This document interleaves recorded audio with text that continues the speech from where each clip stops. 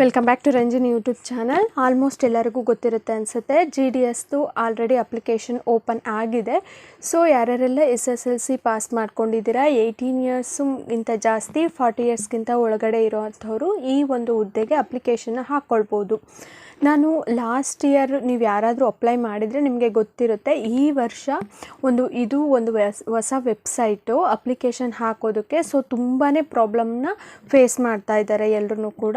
ನನಗೆ ತುಂಬ ಮೆಸೇಜಸ್ ಬರ್ತಾ ಇದೆ, ಅಂದರೆ ವೇಕೆನ್ಸೀಸ್ ಕಡಿಮೆ ಆಗಿದೆ ಈ ಡಿಸ್ಟಿಕ್ಕಲ್ಲಿ, ಕೊಪ್ಪಳ ಡಿಸ್ಟಿಕ್ಕು ಅಲ್ಲೆಲ್ಲನೂ ಕೂಡ ಇದಕ್ಕಿದ್ದಂಗೆ ವೇಕೆನ್ಸೀಸ್, ಕೊಪ್ಪಳ ಅಂತಲ್ಲ ಬೇರೆ ಕಡೆನೂ ಅಷ್ಟೇ, ಇದಕ್ಕಿದ್ದಂಗೆ ವೇಕೆನ್ಸೀಸ್ ಕಡಿಮೆ ಆಗ್ತಾ ಹೋಗ್ತಿದೆ. ಆಮೇಲೆ ಕರ್ನಾಟಕ ಸರ್ಕಲ್ಲೇ ಕಾಣಿಸ್ತಿಲ್ಲ, ಸರ್ಕಲ್ ಮೇಲೆ ಕ್ಲಿಕ್ ಮಾಡಿದ್ರೆ ಕರ್ನಾಟಕ ಆಪ್ಷನ್ನೇ ಕಾಣಿಸ್ತಿಲ್ಲ. ಈ ಥರ ಎಲ್ಲ ಪ್ರಾಬ್ಲಮ್ಸು ಈ ಒಂದು ವೆಬ್ಸೈಟಲ್ಲಿ ಫೇಸ್ ಮಾಡಿದ್ದೀರ.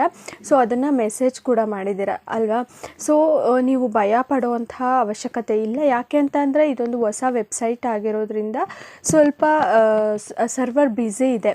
ಮತ್ತು ವರ್ಷಕ್ಕೆ 2-3 ಸರ್ತಿ GDS ಕಾಲಾಗುತ್ತೆ. ಬಟ್ ಲಾಸ್ಟ್ ಇಯರ್ ಆ ಥರ ಆಗಲಿಲ್ಲ.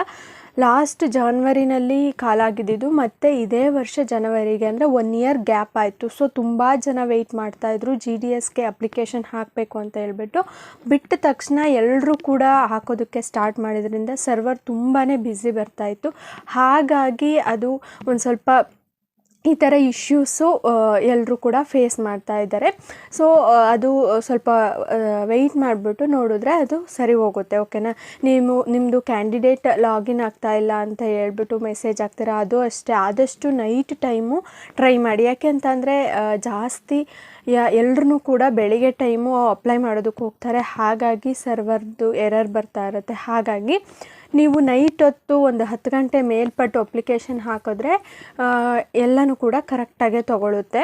ಸೊ ಭಯ ಪಡೋವಂಥ ಅವಶ್ಯಕತೆ ಇಲ್ಲ, ಏನಾಗ್ಬಿಡುತ್ತೋ ಅಪ್ಲಿಕೇಶನ್ ಹಾಕೋದಕ್ಕಾಗುತ್ತೋ ಇಲ್ವೋ ಅಂತ ಹೇಳ್ಬಿಟ್ಟು. ಇನ್ನು 16ವರೆಗೂ ಕೂಡ ಟೈಮ್ ಇದೆ. ಆದರೆ ನಿಧಾನವಾಗಿ ಹಾಕಿ, ಬಟ್ ತುಂಬ ಲಾಸ್ಟ್ವರೆಗೂ ಉಳಿಸ್ಕೊಳ್ಳೋದಕ್ಕೆ ಹೋಗಬೇಡಿ.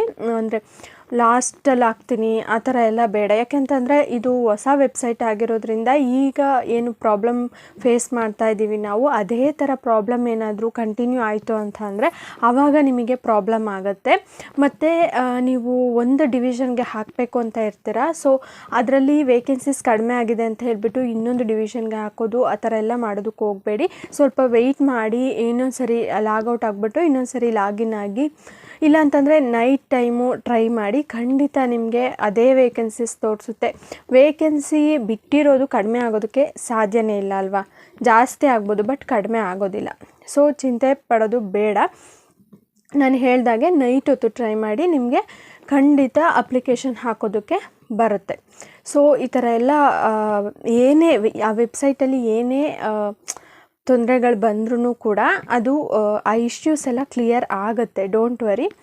ಸೊ ಇಷ್ಟನ್ನ ಹೇಳೋದಕ್ಕೆ ಇಷ್ಟಪಡ್ತೀನಿ.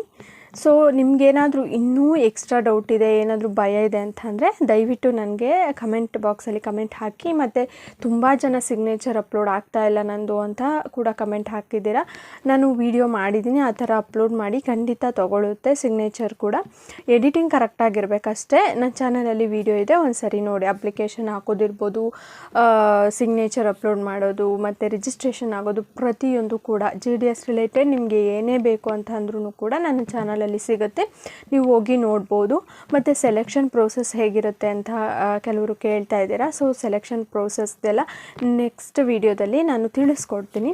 ಸೊ ವಿಡಿಯೋ ಇಷ್ಟ ಆಗಿದ್ರೆ ದಯವಿಟ್ಟು ಲೈಕ್ ಮಾಡಿ. ಮತ್ತು ಇದೇ ಥರ ವೀಡಿಯೋಸು GDS ರಿಲೇಟೆಡ್ ಆಗಿರ್ಬೋದು ಅಥವಾ ಬೇರೆ ರೀತಿಯಾದಂತಹ ವೀಡಿಯೋಸ್ ಏನಾದರೂ ಬೇಕು ಅಂತಂದರೆ ದಯವಿಟ್ಟು ಕಮೆಂಟ್ ಬಾಕ್ಸಲ್ಲಿ ಕಮೆಂಟ್ ಹಾಕಿ. ಸೊ ಸಬ್ಸ್ಕ್ರೈಬ್ ಮಾಡ್ಕೊಳ್ಳೋದನ್ನ ಮರಿಬೇಡಿ. ಬೆಲ್ ಐಕಾನ್ ಮೇಲೆ ಕ್ಲಿಕ್ ಮಾಡಿ. Thank you.